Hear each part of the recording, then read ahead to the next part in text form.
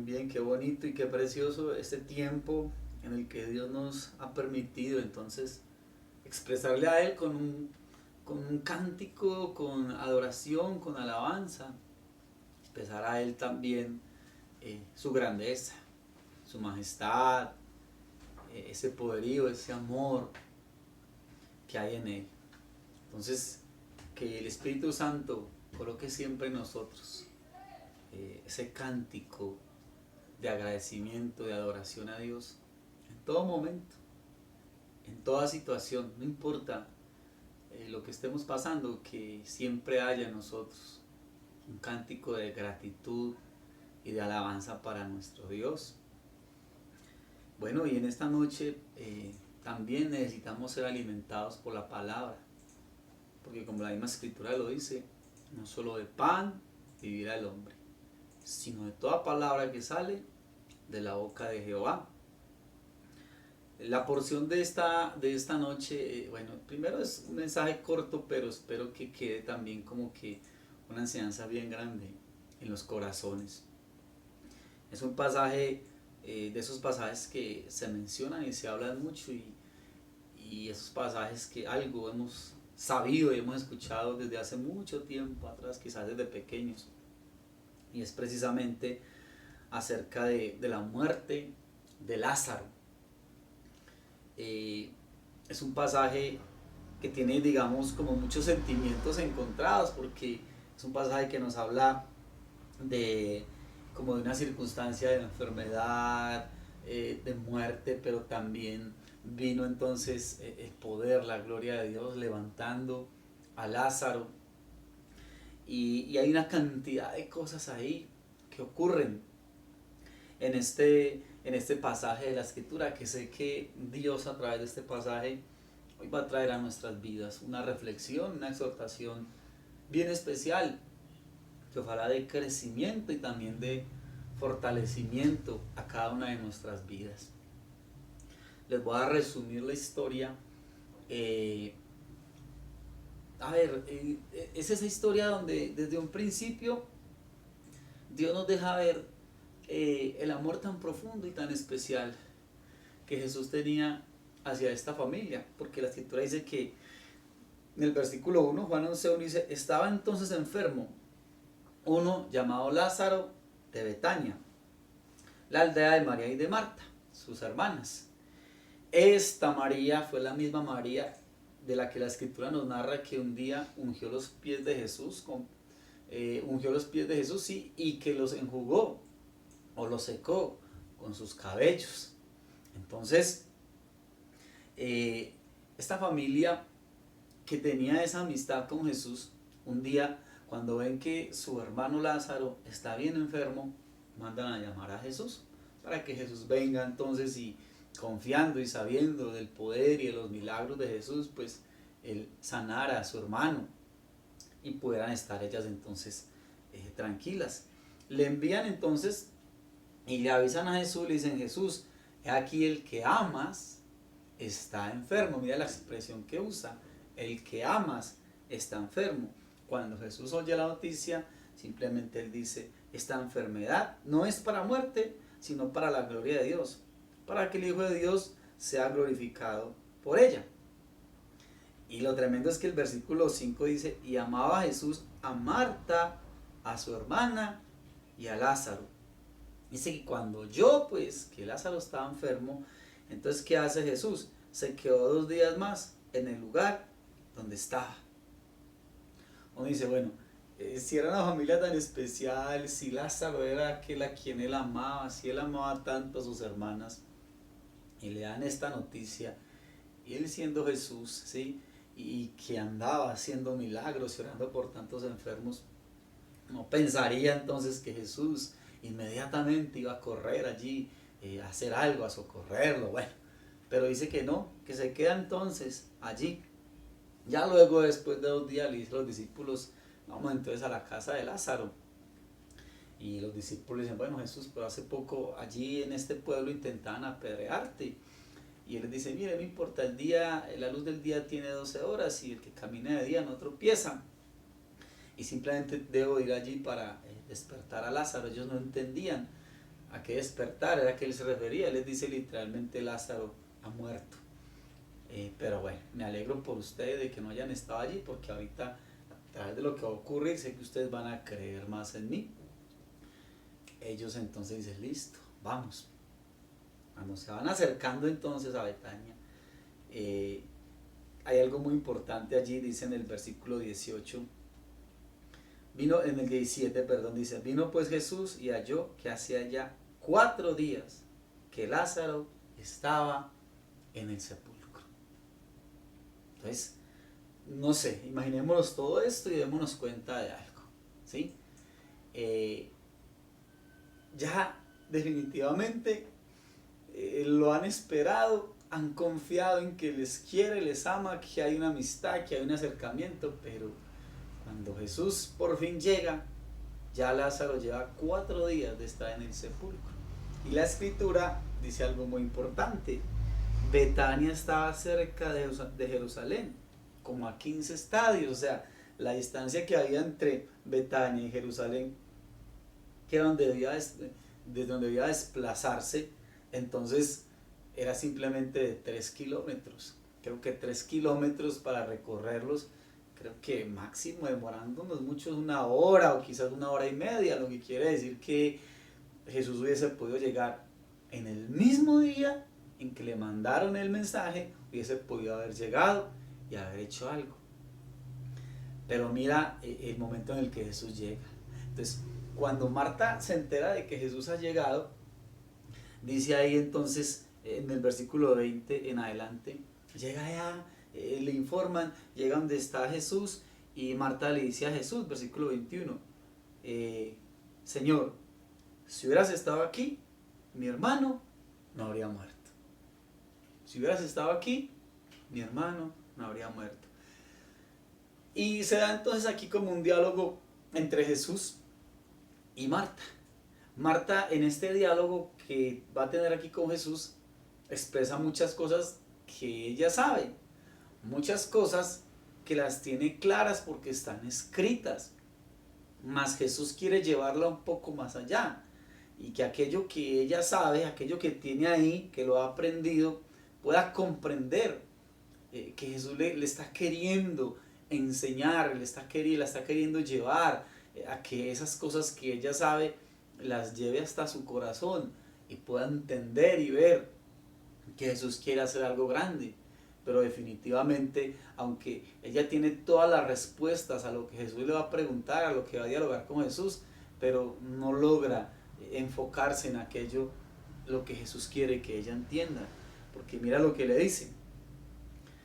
Vuelvo y te repito, Señor, si hubieras estado aquí, mi hermano no habría muerto. Y mira lo que expresa. Mas también sé ahora que todo lo que pidas a Dios, te lo dará. Dice otra versión, todo lo que tú le ores, todo lo que tú hubieras pedido a Dios, Él te lo hubiera dado. O sea, si hubieras estado acá, Él no hubiera muerto. Porque todo lo que tú pidas al Padre, Él te lo da. Hubieras podido hacer algo por mi hermano. Hubieras podido impedir que Él hubiese muerto. Y mira, la respuesta de Jesús es, tu hermano resucitará. Y lo que Marta responde, yo sé que resucitará en la resurrección, en el día postrero. Mira las respuestas de ella, uno dice, sí, efectivamente, así es. Pues todos resucitaremos en el día postrero. Pero lo que Jesús le dice y la está queriendo llevar es a que Él va a hacer un milagro. Pero ella tiene tantas cosas y sabe tantas cosas, pero no logra enfocarse en aquello, lo que Jesús le quiere revelar y le quiere mostrar de lo que Él va a hacer. Le dijo Jesús, yo soy, versículo 25, yo soy la resurrección y la vida. El que cree en mí, aunque esté muerto, vivirá. Y todo aquel que vive y cree en mí, no morirá eternamente. ¿Crees esto? Y mira otra vez la respuesta de Marta. Le dijo, sí, Señor, yo he creído que tú eres el Cristo, el Hijo de Dios, que has venido al mundo. Buenas respuestas, ¿sí? Sabe y tiene ahí en su mente una cantidad de cosas que son ciertas, ¿ya? Pero en el momento de lograr entender aquello que Jesús le está queriendo decir, ya no logra captarlo. Entonces se va y se dirige hacia su casa y le dice a su hermana María: mira, Jesús ha venido y quiere hablar contigo. Realmente la escritura no deja ver que Jesús le haya dicho a Marta que llamara a María. Quizás Marta lo hace para que María pues vaya y también como que le haga ver a Jesús pues que definitivamente no era el momento ya de haber llegado. Dice en el versículo 32, dice: María, cuando llegó a donde estaba Jesús, al verle se postró a sus pies diciéndole: Señor, si hubieras estado aquí, mi hermano no habría muerto. Entonces, las mismas palabras. ¿Cuál es la diferencia? Hay que María se postra delante de Jesús, pero lo mismo: si hubieras estado aquí, mi hermano no habría muerto. Dice que entonces Jesús, al verla llorando, y de los judíos que la acompañaban también llorando, se estremeció en espíritu y se conmovió y dijo: ¿dónde le pusiste? Y le dijeron: Señor, ven y ve. Lo llevan allá donde está el sepulcro. Dice ahí en 11:35, que todos lo sabemos, es el versículo más corto que está en el Nuevo Testamento. Dice: Jesús lloró. Cuando la gente ve llorando a Jesús, entonces dice: ay, mira cuánto le amaba. Y algunos de ellos dijeron, versículo 37, no podía este que abrió los ojos al ciego haber hecho también que Lázaro no muriera. Y bueno, ya el resto de la historia, cuando Jesús manda que quiten la piedra, y bueno, ya todos sabemos cómo termina entonces esta historia tan maravillosa. ¿Qué es lo que sucede? Muchas veces nosotros de alguna manera pretendemos y creemos y pensamos que quizás Jesús debiera tener ciertos privilegios conmigo, debería de tenerme como en cierto lugar especial, como que de alguna manera tendemos a creer que cuando yo ore a Dios, Dios debería de darme como audiencia de un lugar especial a mis peticiones y escuchar cuando yo le clamo y le pido a Él. Marta y María se sentían defraudadas y se sentían como que definitivamente Jesús se había olvidado de ellas. Mira que la expresión tanto de María, de Marta y de los judíos que estaban allí fue la misma, porque Marta y María, ¿qué dicen? Si hubieras estado aquí, mi hermano no habría muerto. Esa expresión, si hubieras estado aquí, ¿qué nos deja ver? Que hay tristeza, que se sintieron abandonadas, que se sintieron olvidadas, que se sintieron que para ellas, que ellas no eran importantes para Jesús. Como que lo que debiste de haber hecho, no lo hiciste. El momento en que debías de haber venido, pues no viniste. En el momento en que te llamamos, pues tú no llegaste. Y eso da como resultado de que definitivamente, si lo hubieras hecho, mi hermano no habría muerto. Pero pues bueno, ya no hay nada que hacer. Ahora ha muerto y tú has llegado ya demasiado tarde. La expresión que utilizan los judíos que estaban allí también dicen: no podía este que abrió los ojos al ciego haber hecho también que Lázaro no muriera. O sea, lo que este Jesús debió haber hecho, pues ya no lo hizo. El momento en el que debió haber actuado, pues definitivamente ya no actuó. Y así como lo hizo con otros, pues ya con Lázaro ya no lo hizo. Entonces como que la situación a los ojos de ellos ha llegado a un punto donde definitivamente ya no hay nada para hacer, porque el tiempo de haber actuado pues ya pasó, el tiempo de haber obrado un milagro, de haber dado respuesta, pues ya pasó, y aquí definitivamente ya no se puede hacer absolutamente nada. Tanto así que cuando Jesús se acerca a la tumba, él dice: quita la piedra. Una de las expresiones de María es: Jesús, y ya, o sea, huele horrible, está podrido, son 4 días. Es que no hay nada para hacer. Y creo que es de esas situaciones que nos dejan a nosotros así como una reflexión, ¿sí? Como que definitivamente hasta qué punto también en nuestras vidas llegamos en un momento, en una situación donde decimos definitivamente aquí ya no se puede hacer absolutamente nada.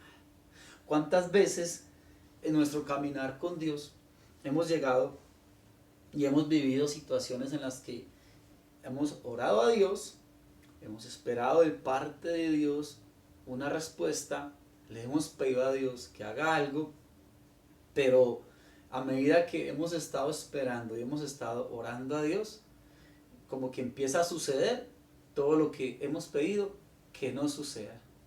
Como que las cosas que esperábamos que fueran cambiadas y transformadas para bien, como que o siguen igual o siguen peor. Entonces uno está esperando una respuesta y esa respuesta no se deja ver por ningún lado.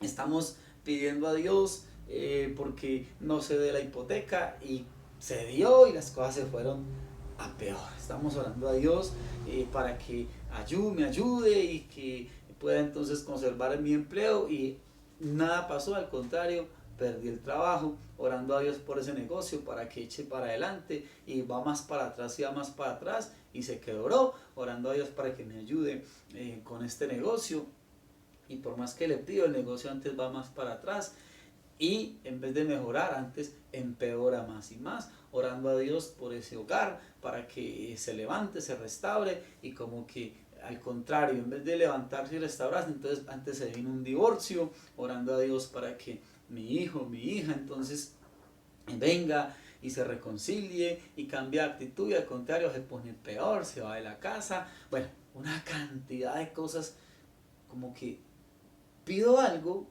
estoy esperando por algo y a medida que avanza el tiempo, que avanzan los días, ocurre todo lo contrario y las cosas no pueden ponerse peor.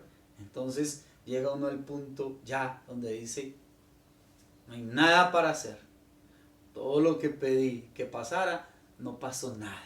Y todo lo que pedía que no sucedía, todo eso sucedió. Y es tremendo. ¿Por qué? Porque corremos el peligro muchas veces de llegar como al punto de sentirnos abandonados. Llegamos como al punto donde muchas veces sentimos que Dios se olvidó, que Dios me ignoró, que a Dios no le importa lo que me está pasando. Mire, lo que no esperaba que sucediera, todo eso fue lo que sucedió. Y es un punto bien delicado, es un punto bien tremendo, cuando el corazón nuestro se siente defraudado, se siente abandonado y se siente que definitivamente los oídos de Dios se cerraron completamente y que la mano de Dios, en vez de estar a favor mío, como que ha estado es en contra mía. Ellas, ¿qué querían Marta y María? Que Jesús llegara. No llegó. ¿Qué querían Marta y María? Que Jesús al venir hiciera algo por su hermano y su hermano recuperara la salud. No sucedió. ¿Qué querían ellas? No ver a su hermano muerto hasta que definitivamente ven a su hermano morir. Y ya cuando a sus ojos no hay nada que hacer, entonces llega Jesús a visitarlas, a hablar con ellas. Y es bien curioso que diga ahí en el versículo 35, Jesús lloró. La pregunta es, ¿por qué lloró Jesús? ¿Qué ocasiona el llanto de Jesús? No creo que el llanto de Jesús lo haya ocasionado la muerte de Lázaro, porque de hecho Jesús, por revelación divina, por la revelación al Padre, por la comunión que él tenía con el Padre, ya el Espíritu le había dejado ver lo que iba a suceder, ya él sabía que Lázaro había muerto y él sabía que su Padre lo había enviado con una palabra para que Lázaro entonces resucitara. Entonces no creo que el llanto de Jesús se dé porque Jesús esté triste por la muerte de Lázaro. Creo que la respuesta nos la da el mismo versículo 33. Dice, Jesús entonces, al ver llorando a los judíos que le acompañaban, también llorando, se estremeció en espíritu y se conmovió. Algo bien bonito que nos deja ver ahí Jesús, en esa humanidad de Jesús, siendo hombre, cómo se identificó completamente con esa sensación de tristeza, de dolor, de vacío, cómo pudo él sentir ese dolor que había en el corazón de todas esas personas a causa de la muerte de Lázaro. Y qué bonito ver que realmente Jesús se identifica también con nuestras tristezas, con nuestros dolores, con nuestras preocupaciones. Qué bonito ver que Jesús no es indiferente a tantas cosas que nosotros sentimos y que cuando estoy triste Él también se duele. Que cuando yo lloro, Jesús entonces también se duele conmigo y llora conmigo. Qué bonito ver que no tenemos un Jesús que simplemente sabemos que tiene el poder, la grandeza y la autoridad y que puede hacer tantas cosas, sino que también tenemos un Jesús que siente con nosotros y que se conduele con cada uno de nosotros todas nuestras cosas. Entonces viene algo aquí bien maravilloso y viene algo aquí entonces bien especial en lo que debemos meditar. Creo que hubo varios hombres en la escritura que también en algún momento de sus vidas pasaron por esta situación en donde aquellas cosas que ellos hubiesen querido que no sucedieran y que pidieron a Dios que no pasaran, entonces fue lo que sucedió en sus vidas y trajo también entonces ese momento fuerte de dolor, de tristeza, ese sentimiento de abandono, de olvido de parte de Dios, ese sentimiento en el cual quizás llegaron a creer que definitivamente Dios les había dejado y que eran de poca importancia para Dios. Pero ver también entonces finalmente los propósitos y la gloria de Dios. Esos momentos en los que uno quisiera que, como dice la escritura, aunque mi padre y mi madre me dejaren, con todo Jehová me recogerá. ¿Sí? ¿Quién no quisiera tener a su padre, a su madre ahí, una buena relación, tenerlos cerca, contar con ellos, estar ahí siempre con ellos? Si hay algún problema, procurar que la relación mejore, si están enfermos, si hay alguna situación en ellos, o sea, como poder siempre contar con ellos y estar ahí. Pero si no sucede, si la situación empeora, si la relación no mejora y si definitivamente por algún motivo, como ha sucedido tantas veces, se rompe esa relación o tenemos que verlos partir, pues viene la otra parte. Lo que yo no quería que sucediera, sucedió. Lo que yo le pedí a Dios que no pasara, pasó, ¿ya? Pero entonces Él dice, con todo, Jehová me recogerá. Ese momento en el cual, como Job en el principio de todas las cosas terribles que le estaban pasando, porque todos sabemos de Job esa situación tan tremenda en su vida, tan dolorosa, esa situación como de tanta angustia. Y en el principio, cuando todo esto comienza a ocurrirle a Job, pues ¿cuál es la expresión de Job? Dice, Jehová dio y Jehová quitó. Sea el nombre de Jehová bendito para siempre. ¿Sí? Fue la expresión de Job en un comienzo, cuando todo esto estaba ocurriendo en su vida. Pero bueno, si después de dar gracias a Dios, si después de reconocer de sencillamente que era la mano de Dios y Dios siguió quitando y más cosas tremendas ocurrieron en la vida de Job y las cosas no mejoraban y Job quizás anhelando en su corazón un cambio y que las cosas empezaran a ser restauradas, pero al contrario, nada de eso pasaba. Perdió su casa, perdió sus tierras, perdió sus hijos, perdió sus ganados, perdió su salud, lo perdió absolutamente todo. Este hombre que en un principio dijo, bueno, Jehová dio y Jehová quitó, sea el nombre de Jehová bendito para siempre. Al ver que las circunstancias no cambiaban y que todo iba empeorando y que todas las cosas que él pedía que no sucedieran empezaron a suceder y a empeorar, ya más adelante tenemos entonces un Job diciendo, ¿quién me diera donde hallara a Dios? Mira, sensación de abandono, de olvido, sensación de que el Señor lo desechó. ¿Quién me diera donde hallara a Dios? Yo iría delante de Él. Yo iría con argumentos. Él no tendría absolutamente nada que refutarme. Al contrario, yo lo entendería a Él y Él me daría la razón a mí. Y cuánta confrontación y cuánta angustia y cuántos momentos al punto aún de maldecir el día en el que él nació, al punto tal de creerse completamente justo y que nada de lo que le estaba ocurriendo él se lo merecía. ¿Por qué? Porque cuando él quería y esperaba y anhelaba que las cosas cambiaran para bien, todo, absolutamente todo empezó a empeorar, a empeorar y a empeorar, y las cosas a ponerse más tremendas. ¿Para qué? Al final de todo esto, entonces Job, Dios obra y enseña tantas cosas en la vida de Job. Un Jeremías que de parte de Dios tuvo como una tarea, un legado de Dios bien tremendo, como era anunciar al pueblo de Israel las cosas por venir de parte de Dios.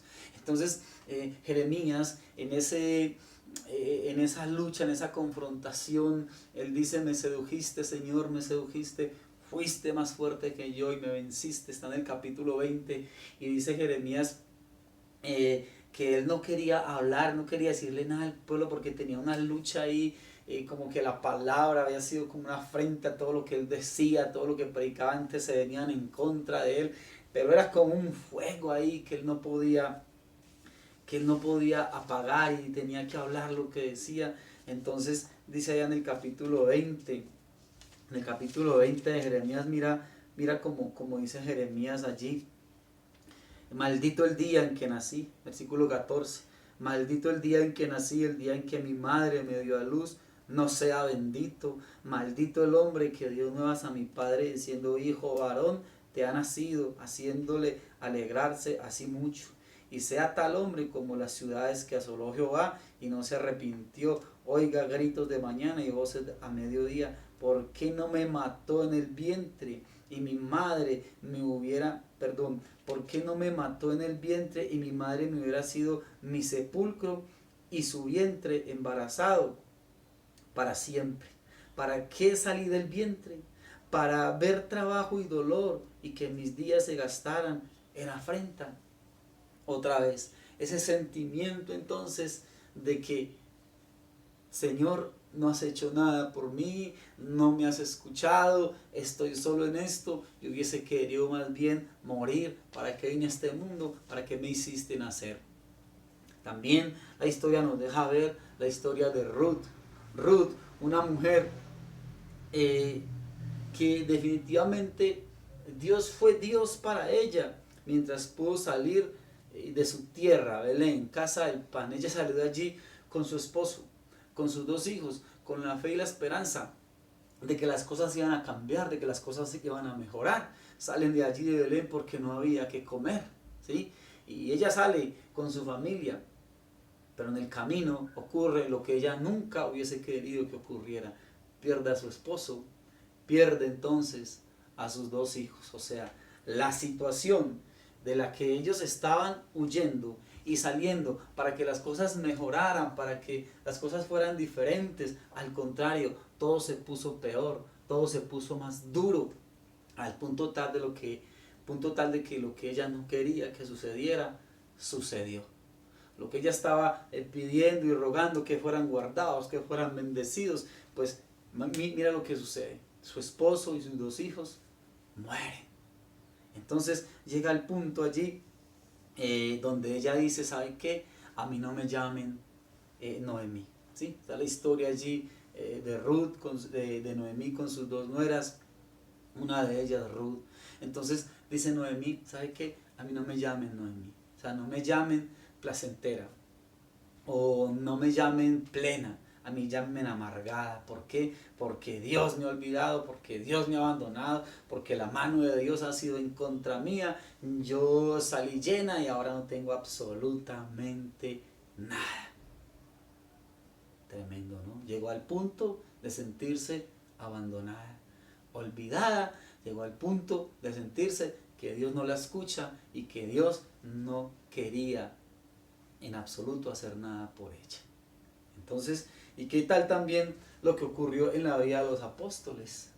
Porque los apóstoles, mientras estuvieron con Jesús, mientras anduvieron del lado de Jesús, enfrentando una cantidad de cosas, viviendo una cantidad de situaciones, siendo testigos de milagros y de cosas bien tremendas, pues ahí estaban de la mano de Él. Pero una vez ocurrió lo que ellos no querían que ocurriera, que fue la muerte de Jesús. Cuando eso ocurre, ¿qué pasa con ellos? Completamente dispersos. Cada uno se dedicó a lo suyo y ellos habían olvidado de que Jesús les había dicho que Él iba a resucitar y sintieron que su Mesías, su Salvador, su Libertador, había quedado absolutamente nada, porque lo que ellos no querían que ocurriera, entonces fue lo que ocurrió a sus vidas. Y en ese momento de ver a su Mesías muerto, pues se sintieron también solos, abandonados, tristes, desolados. Qué tremendo todo esto, ¿no? Hoy te repito, son muchos los personajes en la escritura que pasaron por esta situación, por este sentimiento tan tremendo. Pero también la Biblia nos deja entonces ver algo muy precioso y muy maravilloso, ¿sí? Comenzando entonces con Job. Después de vivir y sentir todo esto, finalmente, ¿qué sucede en la vida de Job? Dice que Dios le devolvió y le dio todo al doble.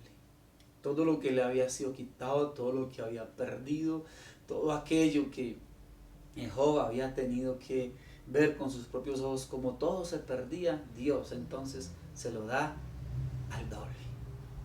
¿Y qué dice Job? Dice, ahora me arrepiento en polvo y ceniza.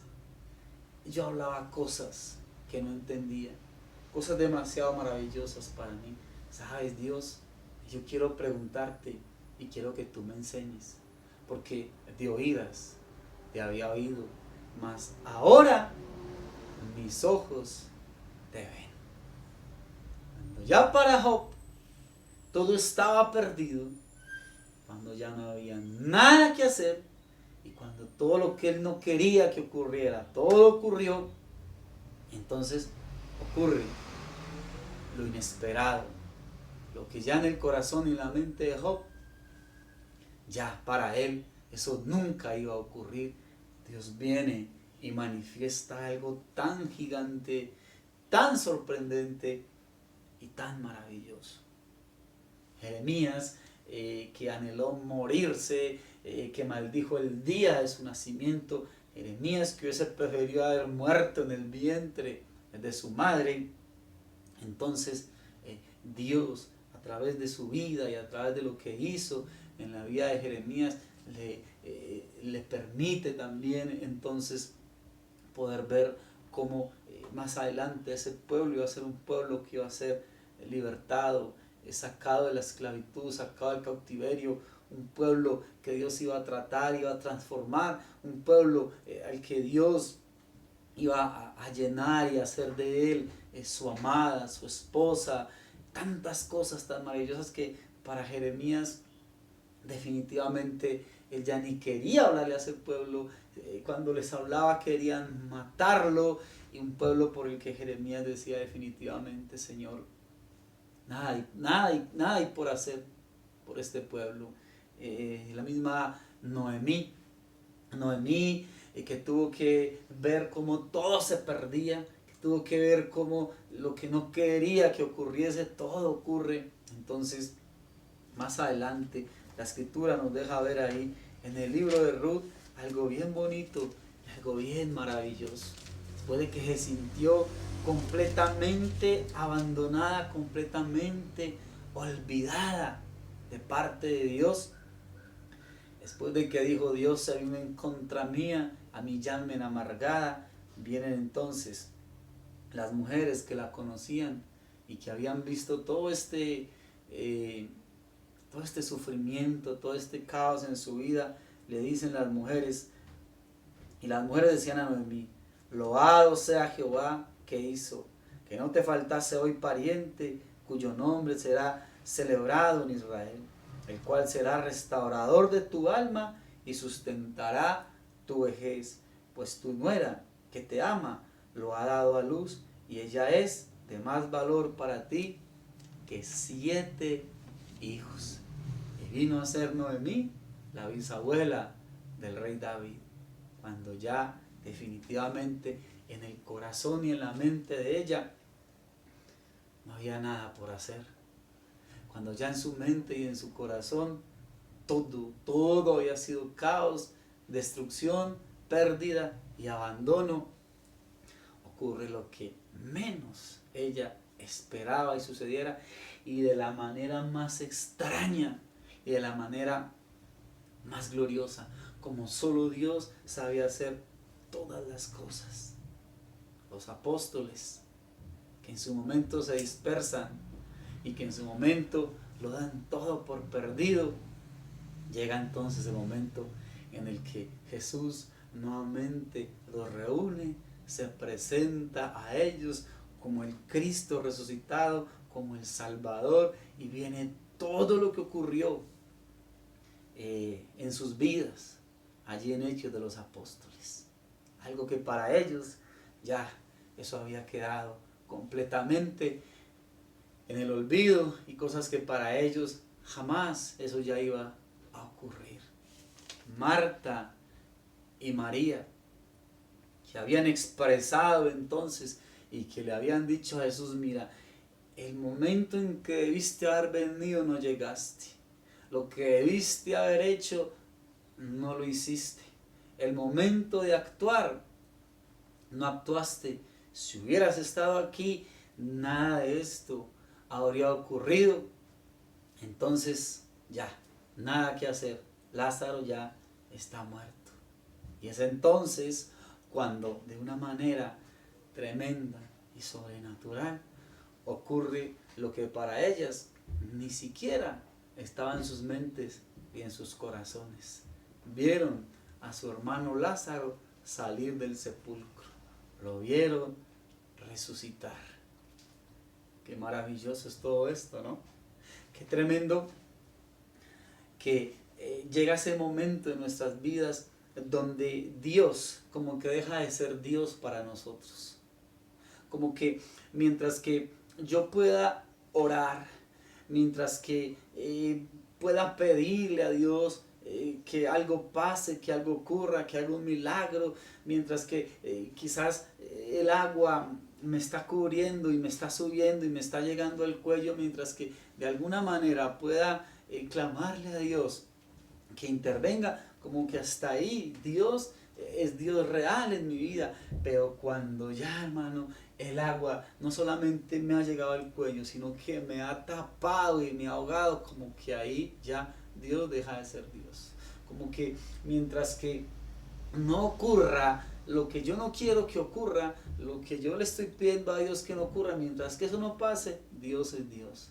Pero cuando ya, hermano, por decirlo de alguna manera, el barranco se viene encima y me ha tapado y me ha cubierto, como que ya para qué pedir, ya para qué esperar algo, ya para qué orar y pedir algo, si ya todo lo peor ya pasó y ya todo lo que no debía suceder sucedió. Entonces como que hasta ahí llega Dios, como que hasta ahí puedo creer y puedo ver a Dios entonces obrando. Entonces de ahí en adelante no vale la pena orar, no vale la pena pedir, como que lo único que vale ahí es la queja, el llanto, el desespero, bueno, cualquier cosa menos poder llegar a creer y a clamar para que aún en medio de todo eso suceda algo.